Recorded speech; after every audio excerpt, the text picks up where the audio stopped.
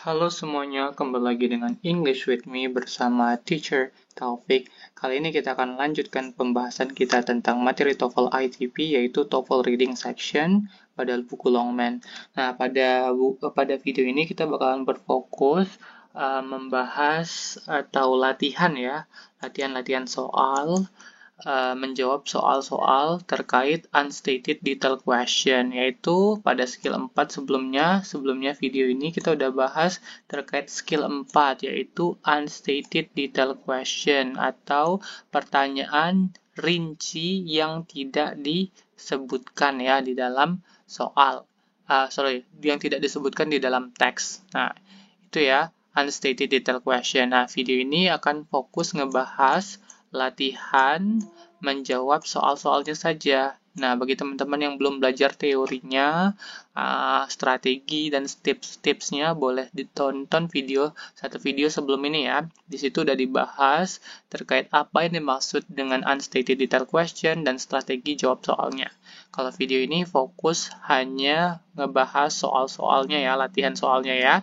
Oke, langsung aja kita ke slide berikutnya, langsung ke latihan soal ya. Oke, di sini udah ada latihan 4, exercise 4. Exercise 4. Nah, kita baca dulu ya. Udah ada teksnya, kita baca dulu langsung soalnya ya di sini. All of the following are true about blood except. Nah, ingat ya, ini salah satu ciri pertanyaan jenis unstated detail question. Biasanya ada kata all of the following are true, terus di akhirnya ada kata except ya, kecuali. Oke, nah di sini maksudnya itu yang seluruhnya ini benar, seluruh pernyataan berikut ini itu benar, tapi mengenai blood plasma, kecuali. Nah, berarti itu yang salah. Kita diminta memilih pilihan jawaban yang salah ya. Oke, ada 3 yang benar nantinya, 1 yang salah. Yang salah itulah yang kita cari ya, atau kita pilih sebagai jawaban. Nah, karena ini tadi adalah tipe soal unstated detail question. Oke, udah disiapkan di sini tips jawab soal pertanyaan rinci yang tidak disebutkan atau disebut unstated detail question. Nah, ini ada beberapa langkah-langkah yang bisa kita gunakan dalam mencari jawabannya. Yang pertama, ya, kita harus tentukan dulu kata kunci dari soalnya. Nah, ini ada udah soalnya udah kita baca. Kira-kira mana yang bisa jadi kata kunci atau keywordnya? Yaitu blood plasma. Jadi ini kita tentukan sebagai keyword atau kata kunci. Nah, sekarang kita lanjut ke tahap kedua ya, untuk mencari jawabannya nih. Carilah kata kunci tersebut di dalam teks. Tadi kan udah ada kata kuncinya ya, blood plasma ya. Jadi kita cari kata blood plasma di dalam teks. Nih ya, kita baca teksnya. Blood plasma, langsung ketemu ya. Oke, ini ya.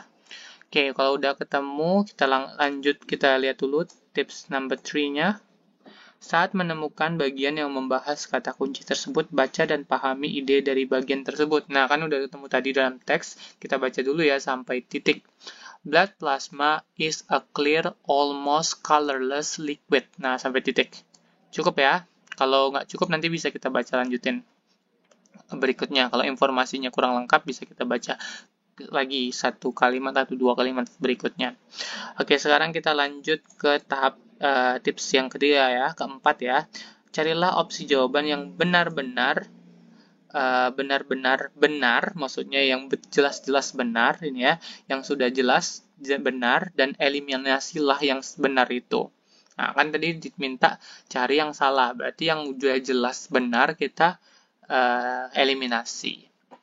Oke, sekarang kita lihat langsung aja kita lihat tips number 5, nomor 5-nya. Pilih opsi jawaban yang tidak sesuai, tidak benar atau tidak disebutkan di dalam teks. Jadi jawaban yang kita pilih itu jawaban yang salah berdasarkan teks ataupun yang tidak disebutkan di dalam teks.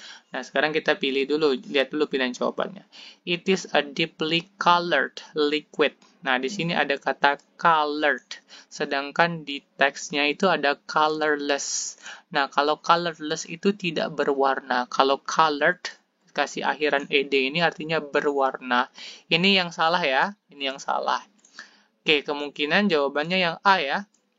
Oke, untuk memastikan kita boleh cek pilihan jawaban A, B, C, dan D-nya ya. Blood cell have been taken out of it. Ini benar ya. Ini benar. Ini katanya have been taken out of it. Yaitu sel darah telah dikeluarkan darinya. Di sini kalau kita baca lagi satu kalimat berikutnya ada keterangan terkait itu ya. It consists of blood from which the red and white blood cell have been removed ya. Ya, jadi ini benar ya. Sesuai teks ya. Jadi dia bilang terdiri dari darah yang mana dari sel darah putih dan sel darah merah telah dikeluarkan atau dibuang ya, remove. Ya, jadi itu benar berdasarkan teks. Yang C, patient are often transfused with it. Nah, ini benar juga ya. Ada kata transfuse. Nah, di sini kalau kita baca lagi informasi tambahan terkait blood plasma, it is often used in transfusion. Nah, berarti ini benar ya. Pernyataan yang C benar. It is generally more important, yang D, it is generally more important to the patient than other part of whole blood. Okay, more important to the patient than other part of whole blood. Oke, kita baca lagi. Tadi kan batas transfusion yang kita baca ya. Informasinya belum ada bahas yang D ini. Kita coba baca lagi selanjutnya. Because a patient generally needs the plasma portion of the blood more than the other component. Ya, jadi ini benar juga ya. Dinyatakan di pilihan D itu umumnya blood plasma itu lebih penting bagi pasien daripada darah keseluruhan ya, other part, bagian darah lainnya. Nah, di dalam teks juga sudah dibilang seorang pasien umumnya membutuhkan plasma portion atau porsi plasma dari darah lebih dari komponen lainnya. Berarti yang lebih penting itu adalah blood plasmanya ya, jadi ini benar. Jadi tadi kan disebutkan ada 3 yang benar, yaitu B, C, dan D, opsi B dan C dan D, dan 1 yang salah. Yang salah itu yang A ya. Oke, langsung itu jawabannya. Tapi buat teman-teman nanti kalau ngerjain soal beneran, kalau udah langsung ketemu jawabannya kayak tadi kan udah langsung ketemu yang A ya, itu salah ya, udah langsung kalau udah ketemu jawabannya udah langsung jawab aja. Jadi yang opsi lainnya nggak usah dicek lagi ya. Itu salah satu tips ngehemat atau strategi ngehemat waktu ya, karena teks dalam ujian TOEFL tuh akan banyak, panjang, nggak sependek-pendek di sini ya, akan lebih panjang dan oleh sebab itu harus pintar dalam memanage, mengatur waktu dan mengerjain soal ya. Oke, nah kita tadi bahas BCD-nya itu karena untuk belajar saja ya. Kalau untuk belajar nggak apa-apa dicek opsi jawaban yang lainnya. Tapi kalau dalam real ujiannya, kalau udah dapat jawabannya, misalnya langsung dapat di A, udah langsung A, yang lain nggak usah dilihatin. Oke, sekarang kita lanjut ke number 2. Ini masih soal yang sama ya, nomor 2 ini ya, yang tadi. Which of the following is not stated? Nah, ada kata not stated. Nah, ini udah jelas ini tipe soal unstated detailed question. Bagi teman-teman yang belum tahu karakteristik atau ciri-ciri soal unstated detailed question, perlu tonton dulu video sebelum ini ya. Kemarin video sebelumnya udah dibahas apa aja jenis-jenis atau ciri-ciri pertanyaan jenis unstated detailed question. Salah satunya ini nomor tadi ada not stated, terus tadi ada all of the following are true except. Nah, itu ya. Nah, ini di sini is not stated about whole blood ya. Tadi soalnya ada tipe soal pertanyaan rinci ya. Berarti tips jawab soalnya tetap sama ya. Tadi kita harus tentukan keyword dulu dari soal. Nah, ini ya. Jadi kita tentukan keywordnya. Keywordnya di sini kita ambil whole blood. Nah, kalau udah ketemu keywordnya, sekarang kita cari keywordnya itu di dalam teks. Cari kata whole blood ya. Kita mundur lagi ya teksnya di sini. Whole blood. Whole blood. Nah, di sini ada kata whole blood ya. Whole blood. Nah, kalau udah ketemu keywordnya dalam teks, kita boleh baca ya pelan-pelan, kita maknain ya dari awal bacanya. plasma differs in several important ways from whole blood. Oke, kayaknya informasinya belum lengkap, jadi boleh dilanjutin lagi ya ke kalimat berikutnya. First of all, plasma can be mixed for all donors and does not have to be from the right blood group, as whole blood does. In addition, plasma can be dried and stored, while whole blood cannot. Nah, jadi pada pada paragraf berikutnya ini, paragraf keduanya ini fokus ngebahas whole blood ya, whole blood ya. Kalau yang paragraf pertama ini tadi ngebahas fokus tentang blood plasma ya. Nah, di sini dijelaskan perbedaan whole blood dengan blood plasma itu kalau plasma ini ya, plasma itu bisa dicampur dengan dicampur untuk keseluruhan donor dan tidak harus dari atau berasal dari grup darah yang sama. Misalnya darahnya A harus mesti sama A, nggak mesti ya untuk plasma ya. Nah, as whole blood does, sedangkan whole blood itu harus ya harus cocok dari grup atau kelompok darah yang sama ya.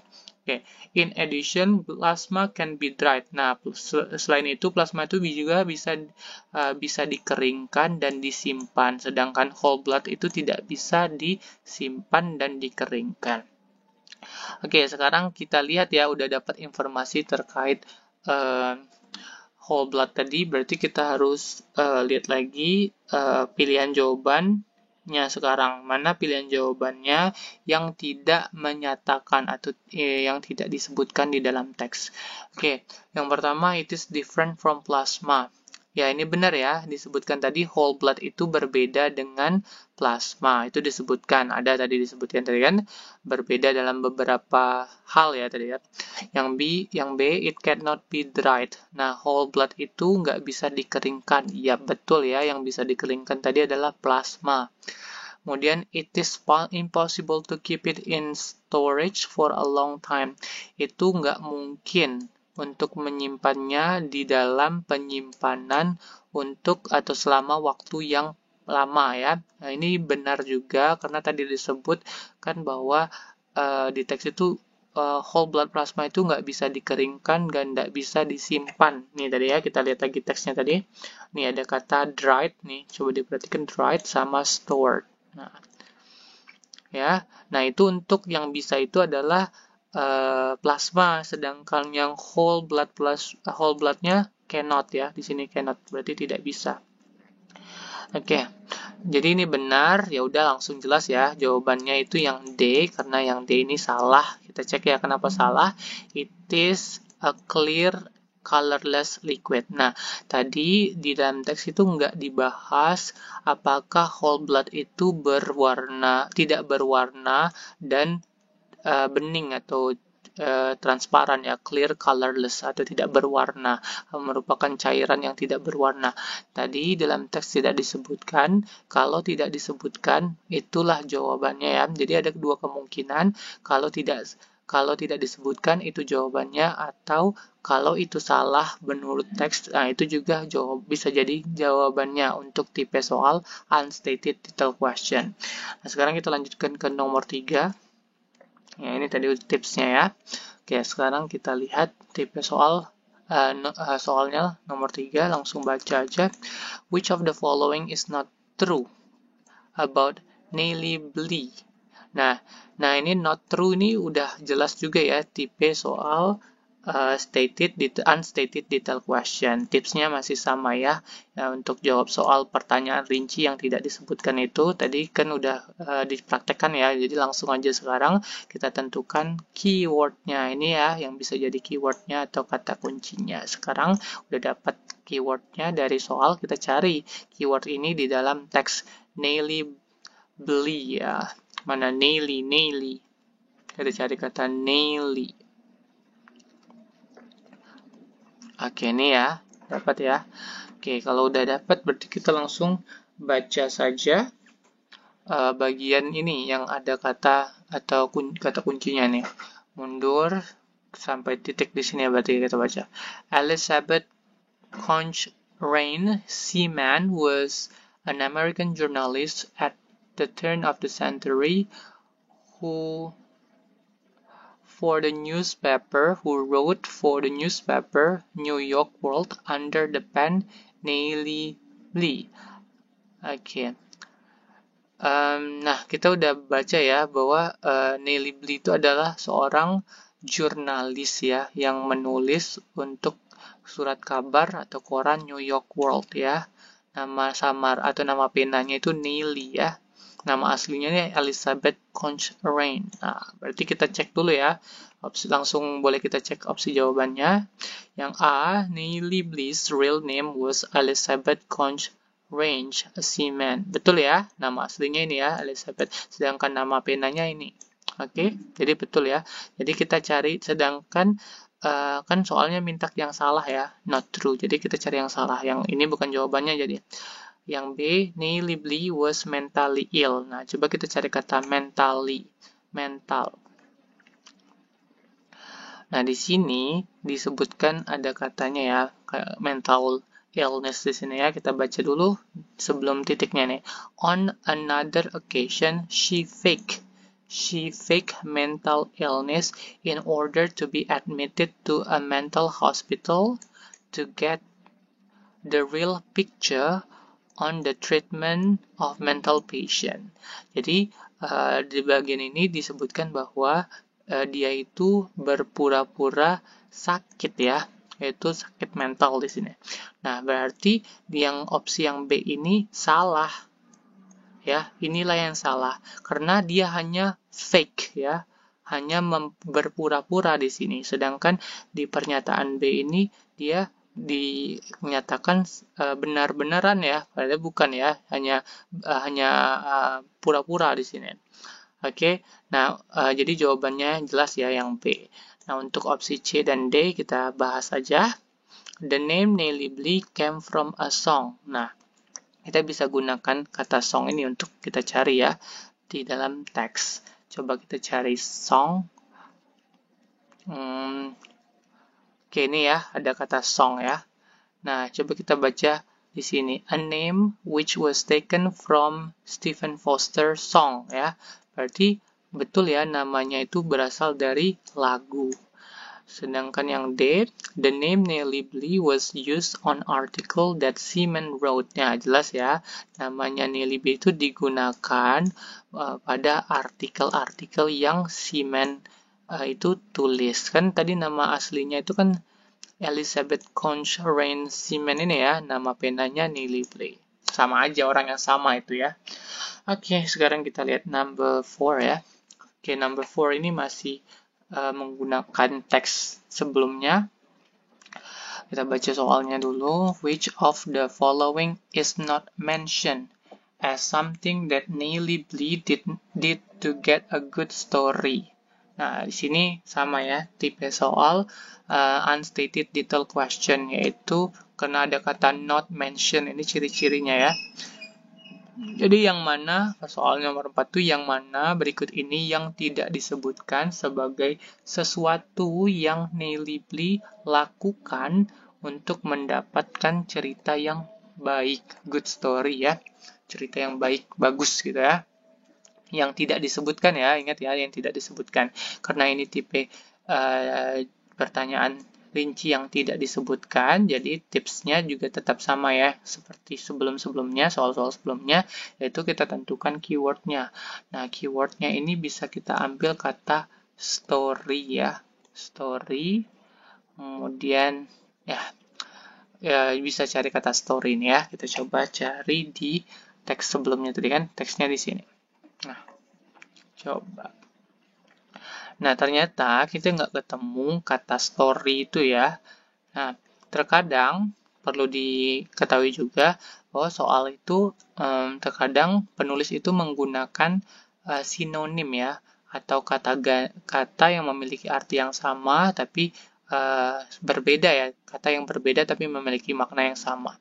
Nah, kata story itu di sini digantikan dengan kata picture atau gambaran. Di sini ada to get the real picture, untuk memperoleh gambaran yang baik ya, gambaran yang nyata ya, real pictures. Nah, jadi tadi kan udah dia dinyatakan pada sini bahwa dia itu berpura-pura sakit agar dapat masuk ke rumah sakit untuk mendapatkan gambaran yang nyata terkait pengobatan bagi pasien yang sakit mental di sini ya, sakit mental di sini. Oke, nah sebelumnya di sini udah disebut another occasion, berarti kesempatan lainnya. Berarti sebelumnya ada satu kesempatan lagi ya. Nah, ini kesempatan yang pertama yang disebutkan di dalam teks ini.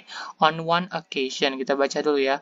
On one occasion, she pretended to be a thief, so that she would get arrested and see for herself how female prisoners were really treated. Jadi kesempatan yang pertama dia itu pernah juga berpura-pura menjadi pencuri ya, sehingga dia itu bisa menangkap sehingga dia itu dapat ditangkap ya, dan melihat dengan sendirinya bagaimana narapidana perempuan sebenarnya itu diperlakukan.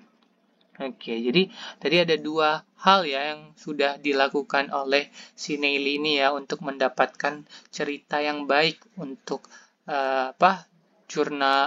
jurnalisnya ya tadi, untuk artikelnya kan dia pekerjaannya sebagai jurnalis.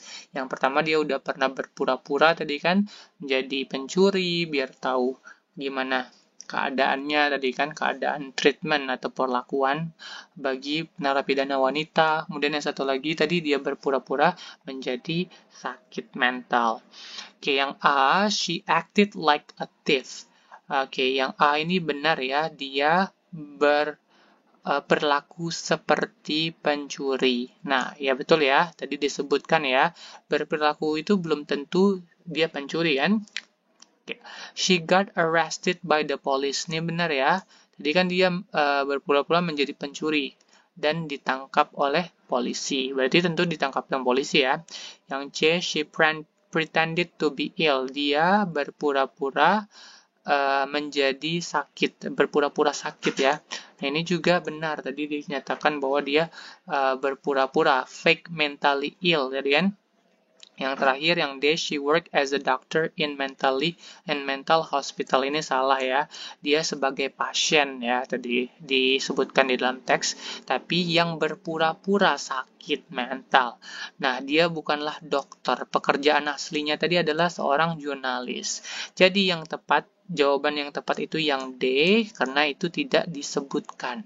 Ya, tidak disebutkan di dalam teks ya, bahwa dia itu orang sebagai dokter juga tidak disebutkan. Itu ya. Jadi kita cari yang tidak disebutkan ya. Ketiganya A, B, dan C itu disebutkan, yang D tidak. Oke, sekarang kita lanjut ke nomor 5. Oke, let's see number 5. According to the passage, Dekanawida was not. Nah, di sini ada kata according to. According ini ciri-ciri tipe soal stated detail question ya. Nah, tapi ada kata not ya, yang tidak ya. Dekanawida itu bukan, bukanlah titik-titik. Nah, ini sama ya, tadi kita harus cari kata kuncinya dulu, tentukan kata kuncinya, cara jawabnya ya. Di sini kata kuncinya kita bisa ambil Dekanawida. Coba kita cari dulu di teks Dekanawida. Ini ya, ada kata Dekanawida, kita baca dulu sampai titik. Dekanawida's role as a supreme lawgiver in the Iroquois tribe has given him the status of demigod within the Indian nation. Nah, cukup ya batas ini ya. Oke, sekarang kita lihat dulu opsi jawabannya. Dekanawida was not lawmaker. Nah, ini lawmaker ya. Tadi di sini ada kata lawgiver. Nih, lawgiver. Nah, disebutkan berarti kalau menurut teks, menurut soal, Dekanawida kan disambungkan dari kata ini ya. Dekanawida bukan seorang lawmaker. Salah ya. Dia tuh sebenarnya adalah lawmaker atau pembuat hukum ya. Di sini disebut lawgiver. Perannya itu sebagai lawgiver. Jadi ini salah. Kita cari yang benarnya ya. Kemudian Dekanawida was not a Huron by birth. Nah, berarti kita cari kata Huron dulu di sini. Nih ya, ada kata Huron tribe. Kita baca dulu. Born into the Huron tribe, Dekanawida caused great fear to his parents, who tried to drown him in his youth after a prophecy was made indicating that he would bring great sorrow to the Huron nation. Nah, di sini di teks dinyatakan bahwa Dekanawida itu lahir dari suku Huron. Oke. Oke. Nah, sedangkan di teks di soal di sini disebutkan Dekanawida bukanlah seorang Huron, terlahir dari seorang Huron. Ini salah ya. Oke, berarti itu bukan jawabannya. Yang C, a near deity. Deity ini tuh dewa ya. Seorang setengah atau mendekati dewa. Nah, di sini ada kata yang mirip ya dengan kata deity. Tadi ada demigod. Demigod itu artinya setengah dewa. Jadi di sini dia itu diberikan status ya sebagai setengah dewa ya, setengah dewa. Setengah dewa itu sama artinya mendekati dewa ya. Oke, jadi di sini kan was not. Bacanya dari sini ya, jangan lupa ya, was not near a deity. Ini salah ya. Harusnya dia tuh malah di teks disebutkan dia tuh setengah dewa bagi sukunya ya.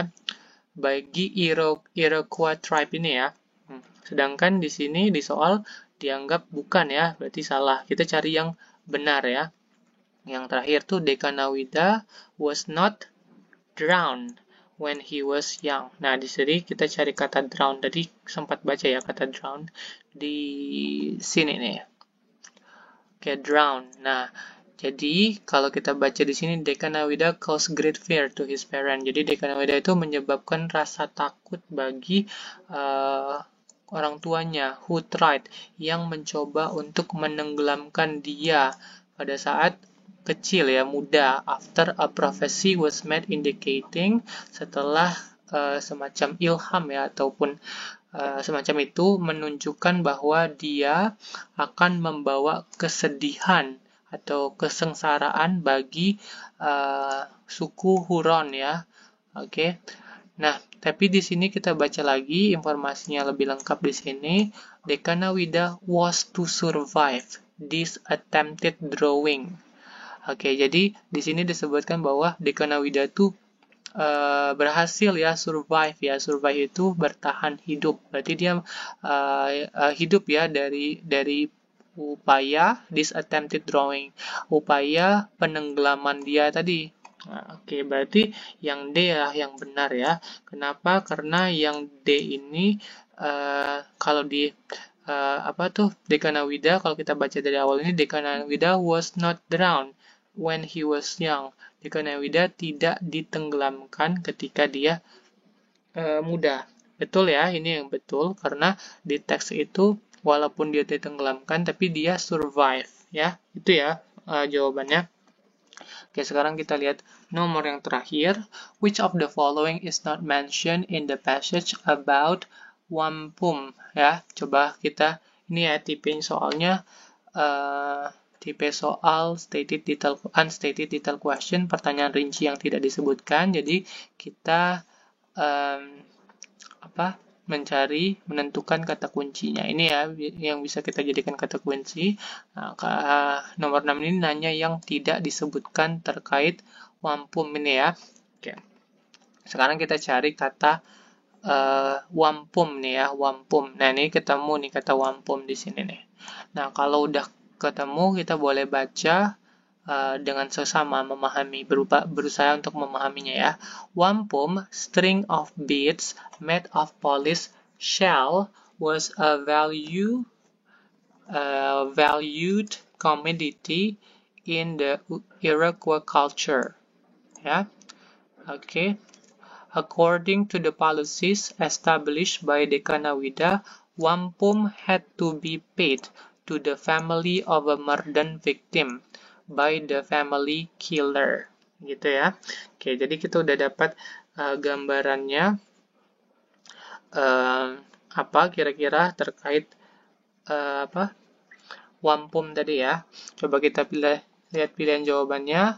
Yang pertama A, it was used extensively by the Huron. Nah, ini sepertinya salah ya. Ini salah ya. Tadi di bagian yang membahas terkait wampum ini disebutkan bahwa dia itu digunakan atau bernilai ini ya, valued commodity di budaya Iroquois. Berarti bukan di Huron. Berarti ini ya, yang jawabannya itu A.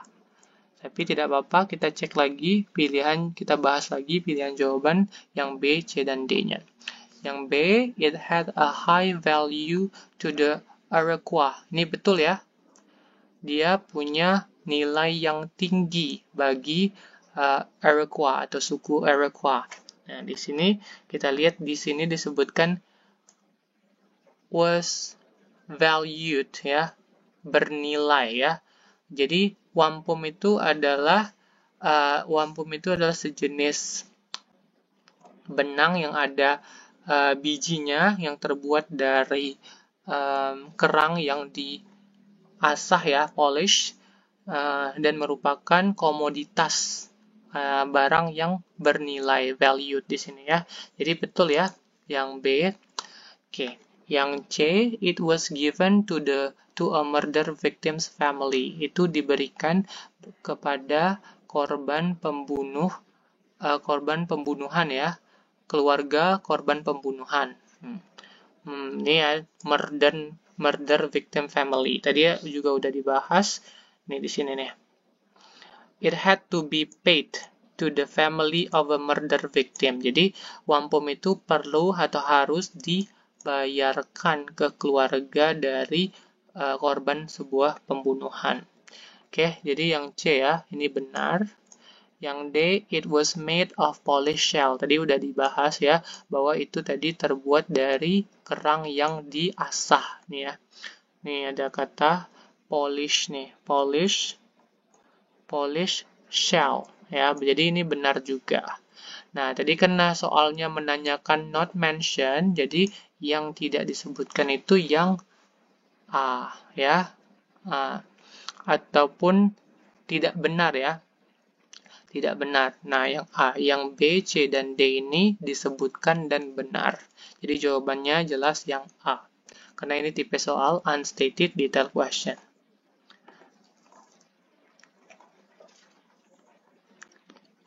Baiklah, that is all for our lesson hari ini. Thank you so much for listening and for watching. Apabila ada yang ingin ditanyakan, boleh ditinggalkan di kolom komentar. Nantikan pembahasan-pembahasan materi bahasa Inggris lainnya di channel ini. Jangan lupa di like, comment, dan subscribe ya.